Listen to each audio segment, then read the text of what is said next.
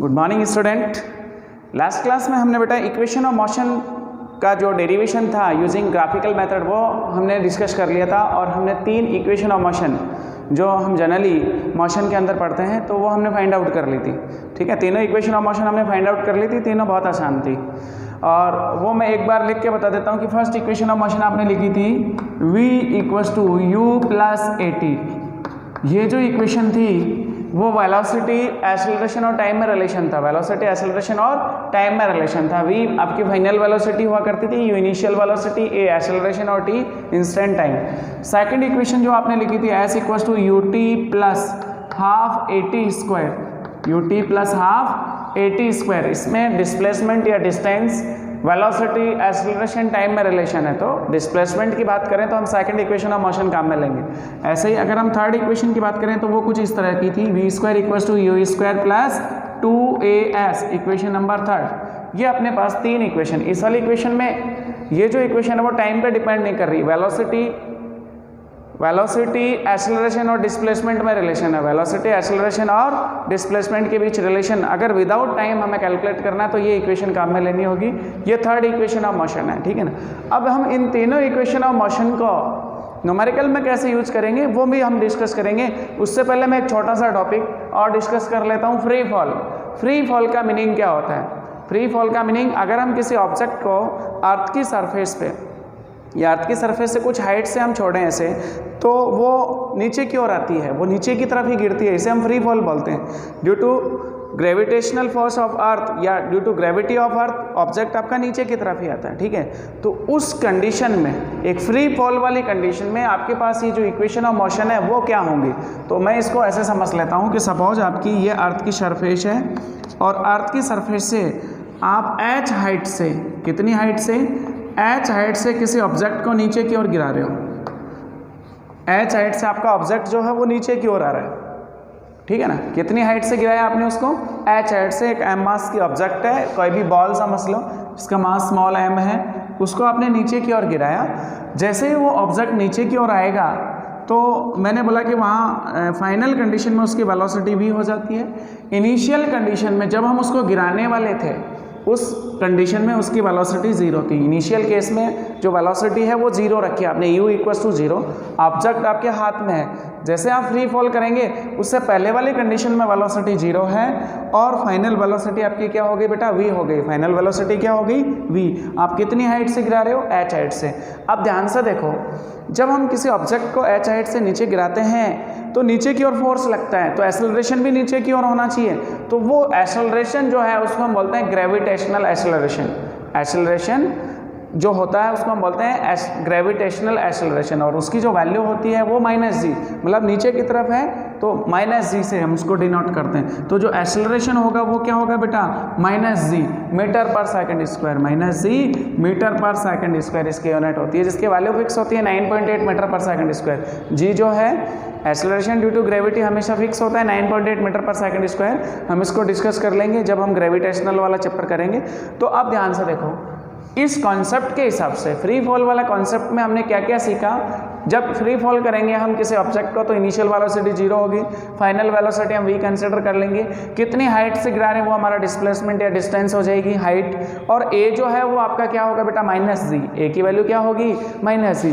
ये वाली जो सारी कंडीशंस हैं, आप इन तीनों इक्वेशन में पुट करो तो फ्री फॉल के केस में इक्वेशन ऑफ मोशन आ जाएंगी। Equation of motion for free fall, in case of free fall. तो आपकी जो इक्वेशन ऑफ मोशन है इस केस में वो देखो बेटा क्या होगी? Equation of motion in case of free fall, in case of free fall. देखो बेटा ध्यान से, equation of motion in case of free fall. First equation क्या होगी? ध्यान से देख, v की जगह आपको v पुट करना, v फाइनल वेलोसिटी होता है, और यहाँ पे भी आप v फाइनल वेलोसिटी पुट कर रहे हो, तो and v equals to u initial velocity आपकी क्या है? 0, तो आप इसको 0 पुट करोगे, प्लस a की जगह आप क्या पुट कर सकते हो? -g। देन a की जगह आपने -g पुट कर लिया इंटू t, तो आपकी फर्स्ट इक्वेशन हो गई v equals to -g into t, equation number first. ये फ्री फॉल के केस में इक्वेशन नंबर फर्स्ट है आपकी। अगर फ्री फॉल के केस में वेलोसिटी एक्सेलरेशन टाइम में रिलेशन देखना हो तो ये होगा, ठीक है। Second equation of motion, second equation of motion में ध्यान से देखो, s आपकी हाइट है, वो s है। डिस्प्लेसमेंट या डिस्टेंस की बात करें तो s आपकी हाइट है, तो s की जगह क्या पुट कर लेंगे h।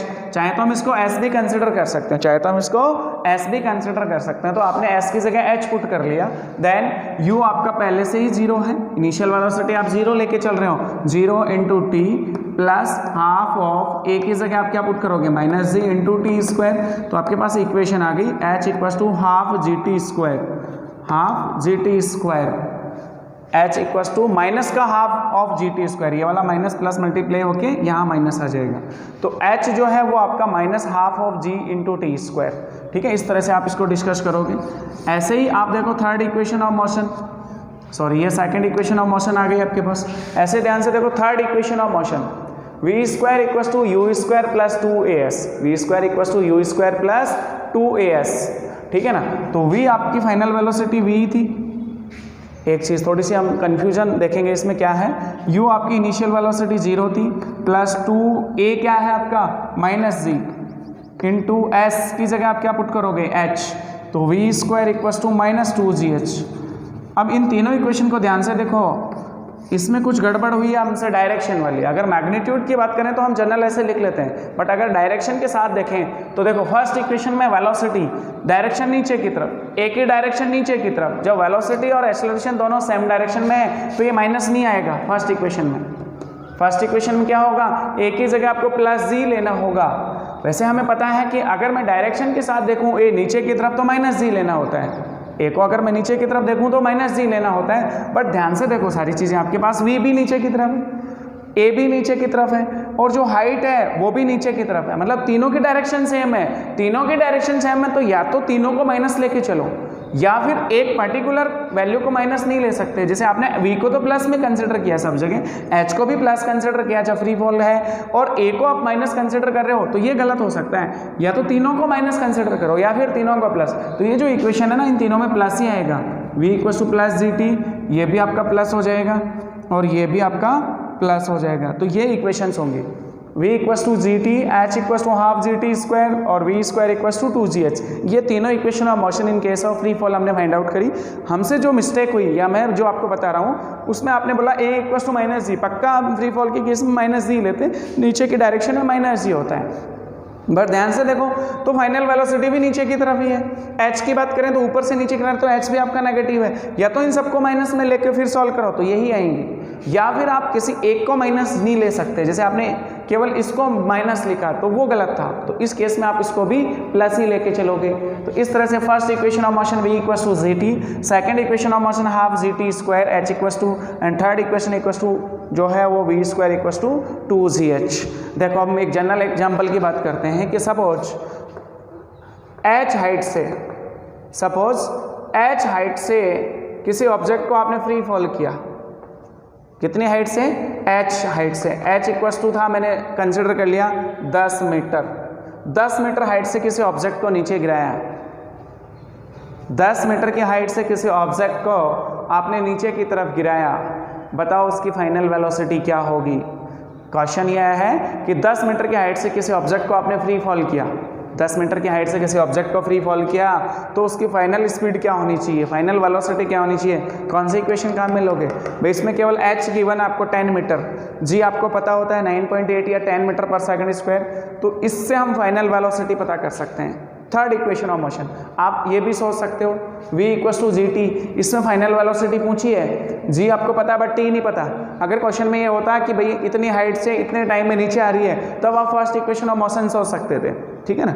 ये भी हम सोच सकते हैं, ठीक है ना। सेकंड इक्वेशन ऑफ इससे हम हाइट कैलकुलेट करना चाहें तो हम इससे हाइट कैलकुलेट कर सकते हैं, ठीक है। मैं सारे क्वेश्चन ही बताता हूँ। तो मैंने क्वेश्चन डिस्कस किया कि मेरे पास एक ऑब्जेक्ट था जिसको मैंने 10 मीटर हाइट से फ्री फॉल किया, 10 मीटर हाइट से फ्री फॉल किया, कितने वेलोसिटी से अर्थ की सरफेस पे पहुंचेगी, वो कितनी वेलोसिटी से नीचे आएगी। तो आपके पास formula v square equal to 2gh, या v इक्वल टू बहुत साइड अंडर रूट ले लो 2gh, v equal to under root 2gh। Then v कितना हो गया बेटा, ध्यान से वैल्यू पुट कर लो, 2g की वैल्यू 9.8 की जगह अपन 10 भी ले सकते हैं, 9.8 को ऑलमोस्ट 10 पुट कर लेते हैं, और h कितना है आपका 10 मीटर, इसको भी मैंने 10 लिख दिया।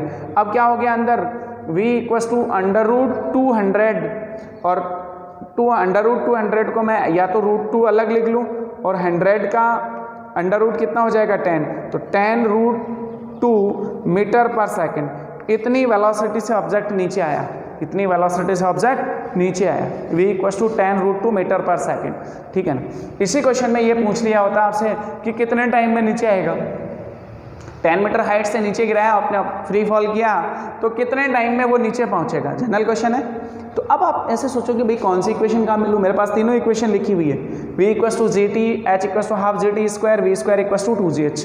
कौन सा सोचूं, जनरल सोच के देखो भाई। मुझे टाइम कैलकुलेट करना है, हाइट गिवन है, टाइम कैलकुलेट करना है, हाइट गिवन है। मैं ये इक्वेशन भी सोच सकता हूँ और मैं ये इक्वेशन भी सोच सकता हूँ, क्योंकि मुझे इसमें v भी पता है, v पता चल गया। अगर मुझे v पता नहीं, केवल हाइट पता है और मुझसे ये पूछा जाए कि टाइम कैलकुलेट करना हो, मान लो ये नहीं पता था आपको, ये तो हमने कैलकुलेट किया क्वेश्चन में, आपको केवल हाइट पता है और ये पूछा कि भैया ऑब्जेक्ट कितने टाइम में नीचे आएगा, तो आपको कौन सी इक्वेशन सोचनी होगी, सेकंड इक्वेशन ऑफ मोशन। देखो ऐसे हम क्वेश्चन प्रैक्टिस करेंगे तो अपने आप पता चल जाएगा कौन सी इक्वेशन लेनी है। तो इस केस में देखो आपको हाइट गिवन है, जी पता है, टी कैलकुलेट करना, हो गया आंसर। तो इस इक्वेशन को हम यूज करके टाइम कैलकुलेट कर सकते हैं कि कितने टाइम में आपका ऑब्जेक्ट अर्थ की सरफेस पे पहुंच रहा है। तो आप देखो यहाँ से सॉल्व करो, 2 ऊपर चला जाएगा, 2h/g, g अपॉन में आ गया, = t²। बहुत साइड अंडर रूट ले लेते हैं, तो t का फॉर्मूला बन गया √2h/g = वैल्यूज पुट कर लो, 2h आपका कितना है 10 मीटर और g को भी आप कितना ले लो, 10 ही ले लो, 9.8 ऑलमोस्ट ले लेते हैं अपन, तो जनरली अपन 10 ही पुट करते हैं। तो इससे अपना आंसर क्या आया, √2 सेकेंड, √2 सेकेंड। इतने टाइम में ऑब्जेक्ट 10 मीटर हाइट से नीचे हो जाएगा, फ्री फॉल होगा, ठीक है ना, अर्थ के सरफेस पे पहुंच जाएगा। सेकंड इक्वेशन ऑफ मोशन भी आपने काम में ले ली, सेकंड इक्वेशन ऑफ मोशन भी आपने काम में ले ली, ठीक है। अगर आपको हाइट गिवन नहीं होती और आपसे ऐसा बोला जाता है किसी ऑब्जेक्ट को मैंने फ्री फॉल किया इतनी वेलोसिटी से 10√2 मीटर पर सेकंड से, बताओ कितना टाइम में पहुंचेगी, तो आपको ये इक्वेशन काम में लेनी होगी। आपको वेलोसिटी गिवन है ओनली कि मैंने एक ऑब्जेक्ट को फ्री फॉल किया 10 मीटर, कुछ भी ले लो, एक ऑब्जेक्ट को फ्री फॉल किया, वेलोसिटी उसकी मैंने ले ली 10 मीटर पर सेकंड, बताओ कितने टाइम में नीचे आएगी। तो आपको फर्स्ट इक्वेशन ऑफ मोशन सोचनी होगी, first equation of motion for free fall case.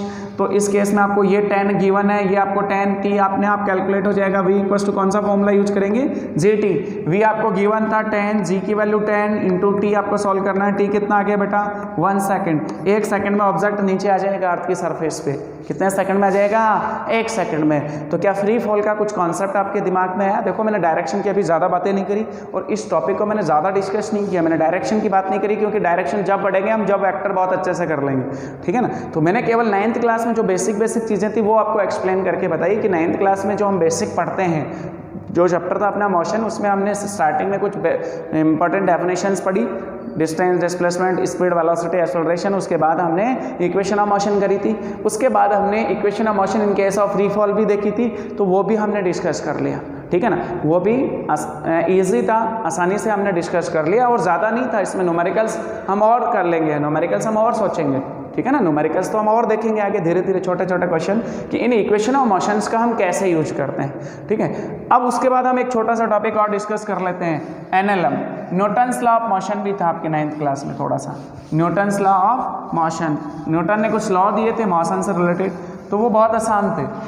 First law और थर्ड लॉ में कोई डेरिवेशन नहीं था, केवल स्टेटमेंट थे, बहुत आसान थे, केवल समझने आपको वो लॉ आपको केवल समझने कि फर्स्ट लॉ और थर्ड लॉ तो कुछ ज़्यादा टफ नहीं थे, सेकंड लॉ जो था वो काम का था। NLM, Newton's law of motion, Newton's law of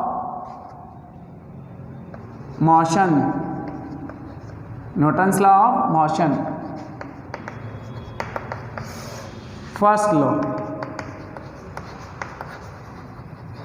first law देखो बेटा समझो, इसको लॉ ऑफ इनिशिया भी बोलते थे आप लोग, इसको लॉ ऑफ इनिशिया भी डिस्कस करते थे। और इस लॉ के अकॉर्डिंग क्या होता है कि अगर आपका कोई ऑब्जेक्ट रेस्ट में है, अगर आपका कोई ऑब्जेक्ट रेस्ट में है तो वो रेस्ट में ही रहेगा जब तक कि उस पर कोई एक्सटर्नल फोर्स अप्लाई नहीं करे, या कोई ऑब्जेक्ट मूविंग कंडीशन में है तो वो मूविंग कंडीशन में रहेगा जब तक उसके ऑपोजिट डायरेक्शन में कोई फोर्स अप्लाई नहीं करे। इसे हम लॉ ऑफ इनिशिया भी बोलते हैं, बहुत आसान होता है। इतना ही आपने डिस्कस किया होगा 9th क्लास में कि एक ऑब्जेक्ट किसी सरफेस पे रखा हुआ है, एक ऑब्जेक्ट सरफेस पे रखा हुआ है, बिल्कुल रखा हुआ है, क्या बिना फोर्स के ये मोमेंट कर सकता है, ये इधर उधर जा सकता है, सरफेस पे रखा है तो सरफेस पे ही रहता है। कब तक रहता है? जब तक हम इस पर एक्सटर्नल फोर्स अप्लाई नहीं करते। अगर हम इस पर एक्सटर्नल फोर्स अप्लाई करेंगे तो उसमें मूवमेंट होगा, ये मूव करेगा, ठीक है ना। जिस डायरेक्शन में फोर्स लगाएंगे उस डायरेक्शन में इसमें डिस्प्लेसमेंट होगा, मूव करेगा, ठीक है ना। तो फर्स्ट लॉ ये कहता है न्यूटन ने फर्स्ट लॉ जो दिया था उसमें यही बताया था कि कोई ऑब्जेक्ट अगर रेस्ट में है तो वो रेस्ट में ही रहता है जब तक हम उस पर एक्सटर्नल फोर्स नहीं लगाते, या फिर अगर वो मूविंग कंडीशन में है तो वो मूविंग कंडीशन में ही रहेगा जब तक हम उसके ऑपोजिट डायरेक्शन में कोई फोर्स नहीं लगाते, ठीक है ना। उसको रोकने के लिए उसके ऑपोजिट डायरेक्शन में फोर्स लगाना पड़ता है। तो ये फर्स्ट लॉ था, न्यूटन का फर्स्ट लॉ था। हमें इसको इतना ही डिस्कस करना है अभी के लिए। अपने को इतना पता होना चाहिए कि अगर हमसे कोई पूछ ले भैया न्यूटन ने कितने लॉ दिए थे, तो हमें बताना है भैया 3 लॉ दिए थे। जिसमें फर्स्ट लॉ क्या था? फर्स्ट लॉ को हम लॉ ऑफ इनिशिया बोलते थे कि अगर कोई ऑब्जेक्ट रेस्ट में है तो वो रेस्ट में ही रहेगा जब तक उस पर कोई एक्सटर्नल फोर्स नहीं लगाया जाता है, या मूविंग कंडीशन में है तो वो मूविंग कंडीशन में ही रहेगा जब तक हम उसके ऑपोजिट डायरेक्शन में कोई फोर्स नहीं लगाते, ठीक है ना। तो फर्स्ट लॉ क्लियर हो गया आपको। बस इतना सा दिमाग में रखना कि फर्स्ट लॉ में क्या था, लॉ ऑफ इनिशिया भी इसको हम बोलते हैं, ठीक है ना। इसका कोई डेरिवेशन नहीं है, इस पर कोई न्यूमेरिकल आपसे नहीं पूछता, केवल लॉ पूछ सकता है, ठीक है ना। एग्जाम्पल बहुत जनरल हम बता सकते हैं। सेकेंड लॉ आपका काम का है। सेकेंड लॉ जो है उसमें कुछ कॉन्सेप्ट भी है, डेरिवेशन भी है, और उससे रिलेटेड हम कुछ फॉर्मूलेस डेराइव करेंगे और उससे न्यूमेरिकल भी हम सॉल्व करेंगे, ठीक है ना। तो second law easy, second law जो है ना वो काम का है। यूँ देखो, second law Newton second law बहुत कॉन्सेप्चुअल है, उसको हमें अच्छे से पढ़ना होगा। उसका फॉर्मूला आपने देखा होगा, F=ma लिखा करते थे, मैं उसको डेराइव करके बताता हूँ कैसे फाइंड आउट किया जाता है। सेकेंड लॉ पढ़ने से पहले आपको थोड़ा सा पता होना चाहिए मोमेंटम। सेकेंड लॉ पढ़ने से पहले थोड़ा सा पता होना चाहिए मोमेंटम के बारे में कि ये क्या चीज़ है मोमेंटम। जब आप मोशन करते हो तो मोमेंटम जरूर पढ़ते हो, या लॉ पढ़ते हो सेकेंड लॉ तो मोमेंटम पहले आता है। Momentum is a vector quantity, इसको हम p वेक्टर से डिनोट करते हैं। मोमेंटम को हम किससे डिनोट करते हैं बेटा? p वेक्टर से। मैं थोड़ा सा वेक्टर का कॉन्सेप्ट आपको बता चुका। वेक्टर जो क्वांटिटीज होती हैं उसमें मैग्नीट्यूड और डायरेक्शन दोनों होता है, ठीक है, इसलिए मैंने इसके ऊपर एरो लगाया। तो जो भी फिजिकल क्वांटिटी वेक्टर होती है उसके ऊपर एरो जरूर लगाना है। इसका मतलब उसमें डायरेक्शन विद मैग्नीट्यूड है, मैग्नीट्यूड विद डायरेक्शन है, इसलिए हम उसके ऊपर एरो लगा रहे। तो मोमेंटम जो है उसको हम कैसे डिफाइन करें कि एक्चुअल में मोमेंटम क्या होता है, ठीक है। तो आपने देखो कई बार ऐसा बोला है, या कई बार आप जब खेलते हो कि जब कोई ऑब्जेक्ट रेस्ट में था और उस पर आपने फोर्स लगा दिया, जब उसने फोर्स लगा दिया तो उसमें मोमेंटम आ गया। हम ऐसा बोलते हैं, जनरली हम ऐसा बोलते हैं कि इसमें मोमेंटम आ गया तो ये मूव करने लग गया, ठीक है। तो इसकी जनरल डेफिनेशन या जनरल कॉन्सेप्ट की बात करें तो मोमेंटम P=m × v वेक्टर। मास और वेलोसिटी के मल्टीप्लिकेशन को ही मोमेंटम कहते हैं। मास और वेलोसिटी के मल्टीप्लिकेशन को हम क्या बोल देते हैं? मोमेंटम। इसका मतलब कोई m मास का ऑब्जेक्ट था, कोई m मास का आपके पास ऑब्जेक्ट था जो कहीं रखा हुआ था, कोई बॉडी है जिसका मास m है, इसके ऊपर आपने फोर्स लगाया फोर्स F लगाया तो इसमें डिस्प्लेसमेंट होगा, इसमें मोमेंटम होगा। मतलब सपोज ये इनिशियली रेस्ट में था, इनिशियली किस में था? रेस्ट में था, u=0 बोलेंगे। जैसे ही इसमें मोमेंटम हुआ, मान लो यहाँ पहुँचते पहुँचते उसकी वेलोसिटी v हो गई। अब आपसे पूछा जाए कि इस केस में इसका मोमेंटम कितना हुआ? मास इनटू वेलोसिटी, मास इनटू वेलोसिटी, ठीक है ना। एक्चुअल में देखो, अगर ऑब्जेक्ट बड़ा है, मास ज़्यादा है उसका, तो उस पर फोर्स ज़्यादा लगाना होगा, तभी मोमेंटम आपका ज़्यादा होगा, इंक्रीज होगा। अगर मैं आपसे बोलूँ कि दो अलग अलग मासेस की बॉडी है, 1 किलोग्राम 2 किलोग्राम, और दोनों पे सेम फोर्स लगाया 10 न्यूटन, तो मोमेंटम किसका ज़्यादा होगा?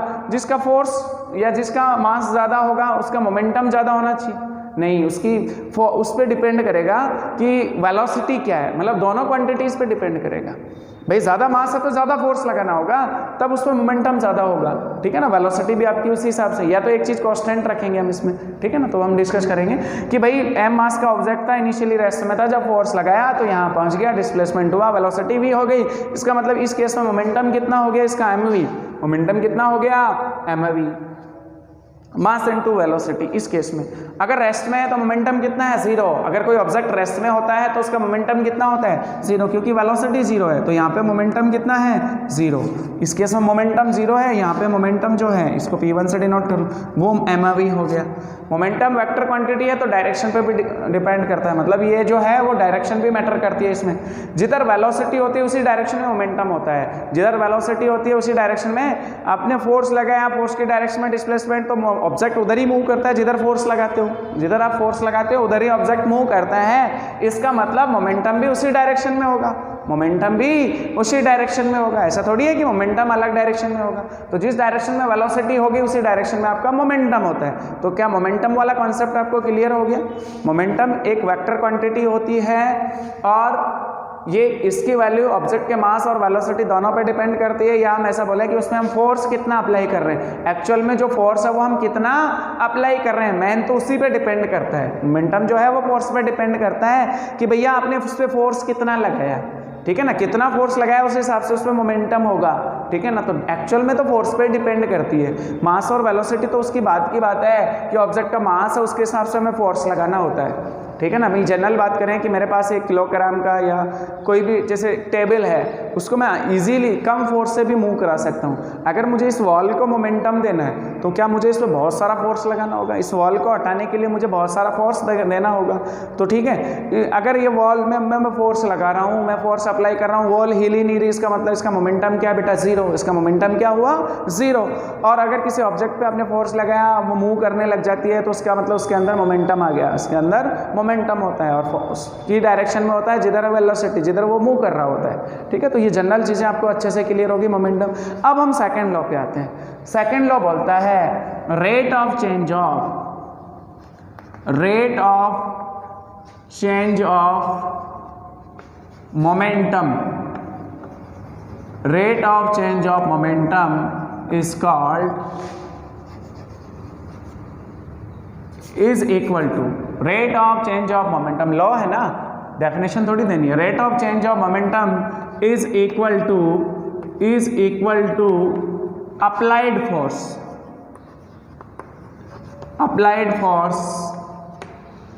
Rate of change of momentum is equal to applied force.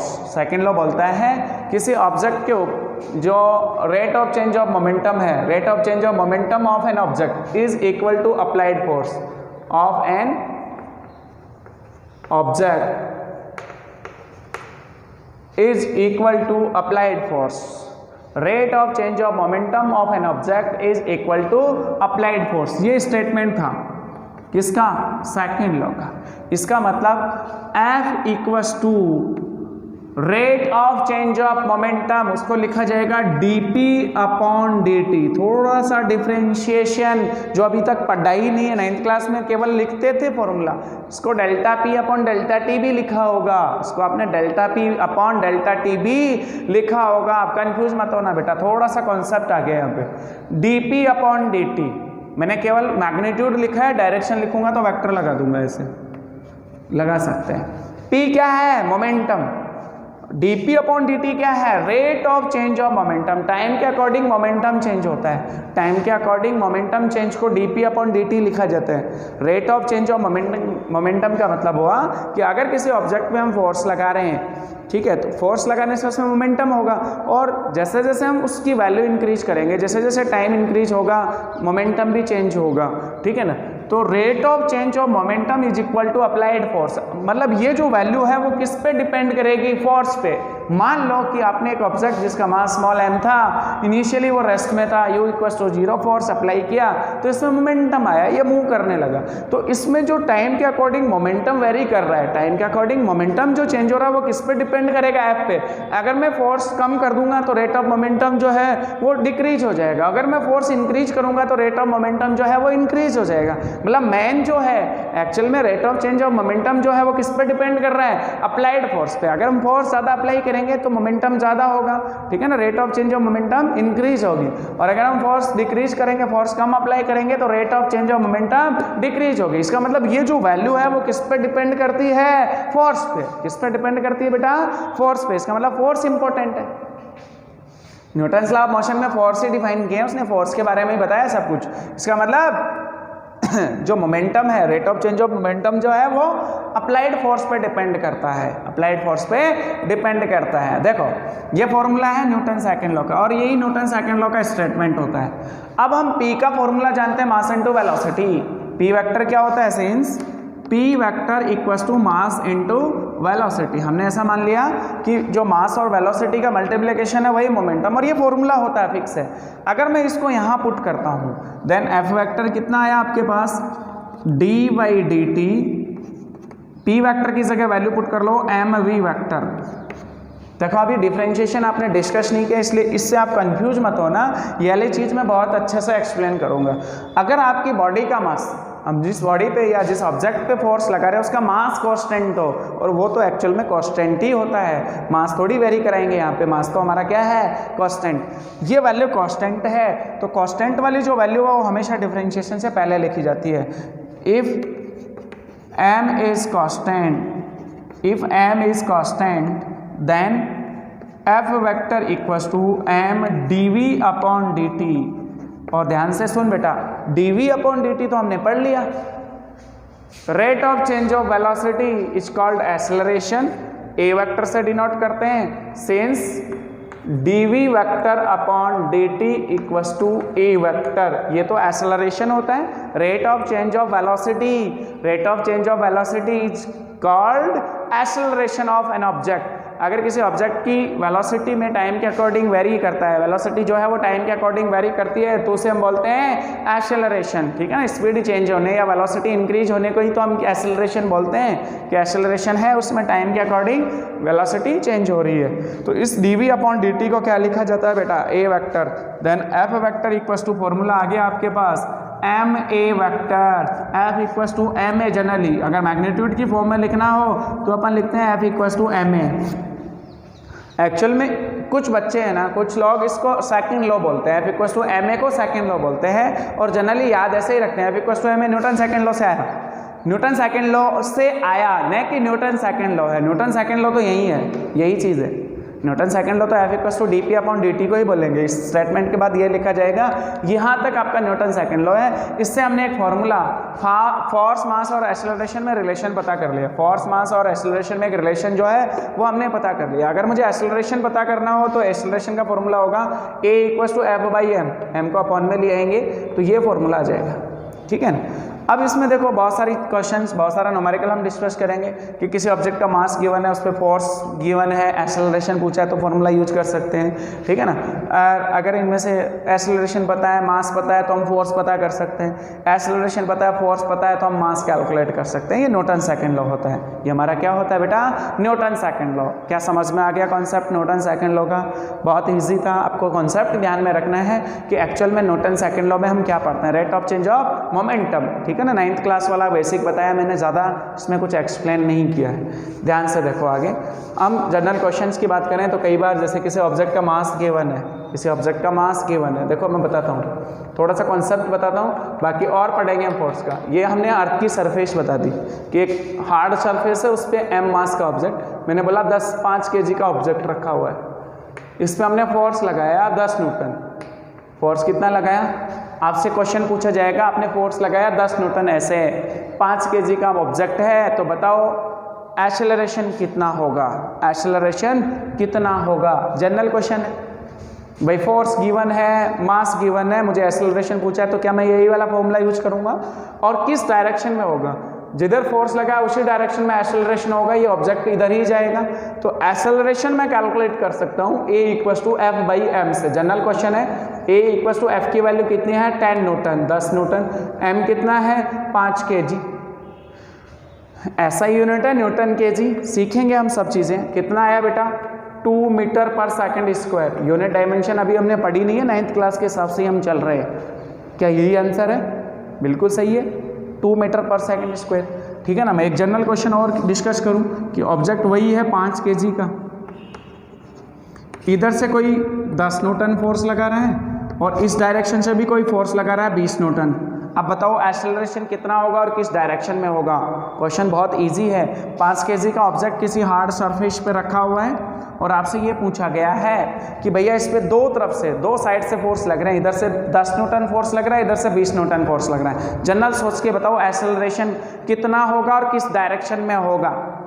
अब देखो force is a vector quantity. अगर मैं बात करूं, जनरल मैं ही हूं, मेरे पे इधर से 10 न्यूटन लगा, मेरे से इधर से 20 न्यूटन लगा, 10 न्यूटन वाले ने इस डायरेक्शन में फोर्स लगाया, 20 न्यूटन वाले ने इस डायरेक्शन में फोर्स लगाया। सोच के देखो मैं किधर जाऊंगा, इस डायरेक्शन में। 20 वाला ज़्यादा है ना, 20 वाला ज़्यादा है, कितने फोर्स से जाऊंगा, 10 न्यूटन से। भाई 10 तो माइनस करना पड़ेगा ना, इस डायरेक्शन में, 20 इस डायरेक्शन में, तो 10 न्यूटन जो है वो अपोजिट डायरेक्शन में, वो तो हमें माइनस करना होगा। तो नेट फोर्स कितना हुआ, नेट फोर्स जो है वो हुआ हमारा 20 माइनस 10 मतलब 10 न्यूटन। कौन सी डायरेक्शन में? इस डायरेक्शन में, क्योंकि 20 ज़्यादा है तो ज़्यादा में से हमेशा कम को माइनस किया जाता है। तो 20 माइनस 10 10 न्यूटन इस डायरेक्शन में हुआ।